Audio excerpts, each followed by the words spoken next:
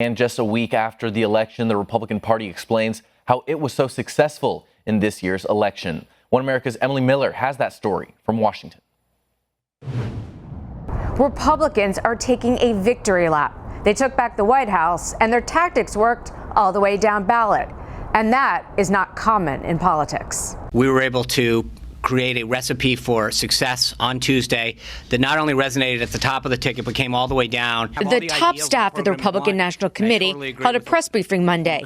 They explained their winning tactics that they learned after repeatedly losing to President Obama and the Democrats. We maintain the majority in the U.S. Senate, we maintain the majority in the U.S. House, and we have total control over Supreme Court nominations. These things don't happen by accident. This is 4 years of work. The biggest change was what they call a permanent ground game, meaning not waiting until the months before the election to get out the vote.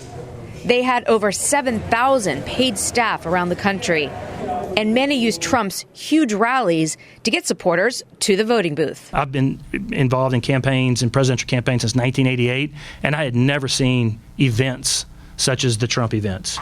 So the goal was, midsummer, late summer, was just to harness all that energy and plug all that manpower into our field program. And that field staff also got out the vote the old-fashioned way. They knocked on 24 million doors, made 26 million phone calls, and sent over 50 million targeted emails. But they did all this using very modern data. We have gone from a party in the last 4 years that truly understands who is voting, how they are voting, so that it's not just knocking on a door, it's knocking on the right door with the right message. Donald Trump is so pleased with the RNC's work that he picked their chairman, Reince Priebus, as his White House chief of staff. The RNC is going to have an election to replace Reince Priebus as chairman, and President-elect Donald Trump is going to have a big say in who that will be. Emily Miller, One America News, Washington.